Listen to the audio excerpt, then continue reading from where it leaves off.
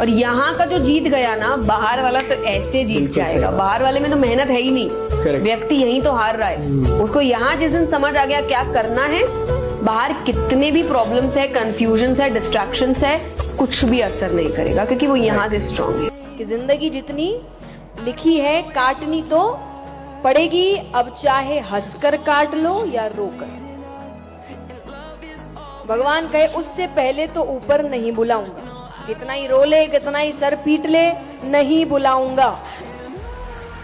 जितना समय लिखा है नीचे रहना पड़ेगा।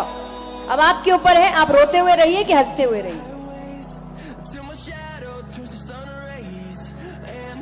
कहते हैं किसी को पहचानना है तो उसको बोलने दो, उसकी बोली उसके स्वभाव को बता देगी कि वो कैसा व्यक्ति है। तो ये जरूरी है कि आप स्वभाव समझे। स्वभाव समझने का जब मौका नहीं मिलता और आगे जाके जब असलियत सामने आती है तो उनको लगता है ये रिश्ता तो चलने वाला नहीं है। तो ये आपको पहले सोचना चाहिए। मनुष्य हो गया है कि वो भगवान की भक्ति भी स्वार्थ से कर रहा है, और उसका एक काम ना बने तो भगवान बदल। बच्चा भले ही माँ बाप की गलती जिंदगी भर नहीं भूलता कि मेरे साथ ये किया, मेरे साथ वो किया। माँ बाप तो बच्चा रो दे और वो भूल जाए कि इसने शायद मुझे घर से भी निकाला होगा, या शायद इसने मुझे गालियां भी दी होगी, वो रो दिया और ये पिघल जाते हैं। तो बोले माँ बाप वही होते हैं, भगवान वही होते हैं। कई बार अपने मेंटल पीस के लिए आपको चुप रहना जरूरी रहता है। हर वक्त लड़ना, अपनी बात सामने रखना, जब सामने वाला मानने को तैयार नहीं है तो शायद अपने आप को ही टॉर्चर करना होता है। जैसे हम कहते हैं मूर्खों के सामने ये कह देना कि वो सही है ज्यादा अच्छा होता है, ना कि आप उससे लड़ते रहे क्योंकि वो मानने वाला नहीं है। तो इससे अच्छा उसको सही बोल के छोड़ दो। जो कभी बदलता नहीं, अडिग रहता है, वो सच होता है। सच कभी बदलता नहीं। कोई भी परिस्थिति आए, कोई भी व्यक्ति आए, झूठ हर परिस्थिति, हर व्यक्ति, हर समय अनुसार बदलता है। इसीलिए कहते हैं एक झूठ को छुपाने के लिए 100 झूठ बोलने पड़ते हैं, है ना। 100 झूठ क्यों बोलने पड़ेंगे? क्योंकि आपको हर व्यक्ति, हर परिस्थिति के लिए एक नया झूठ बनाना पड़ेगा। एक ही झूठ सबको नहीं बोल सकते, आप पकड़े जाएंगे।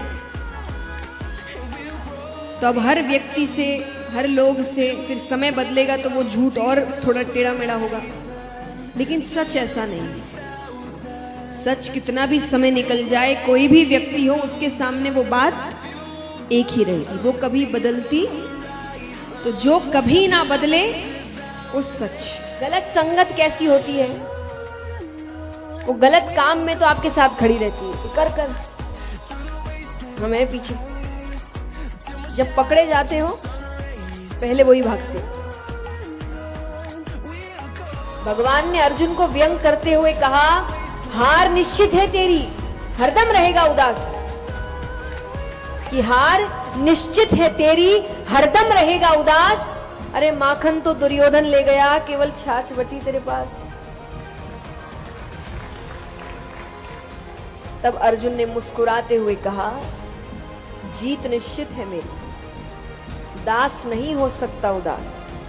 कि जीत निश्चित है मेरी, दास नहीं हो सकता उदास। अरे माखन लेकर क्या करूं जब माखन चोर है मेरे पास।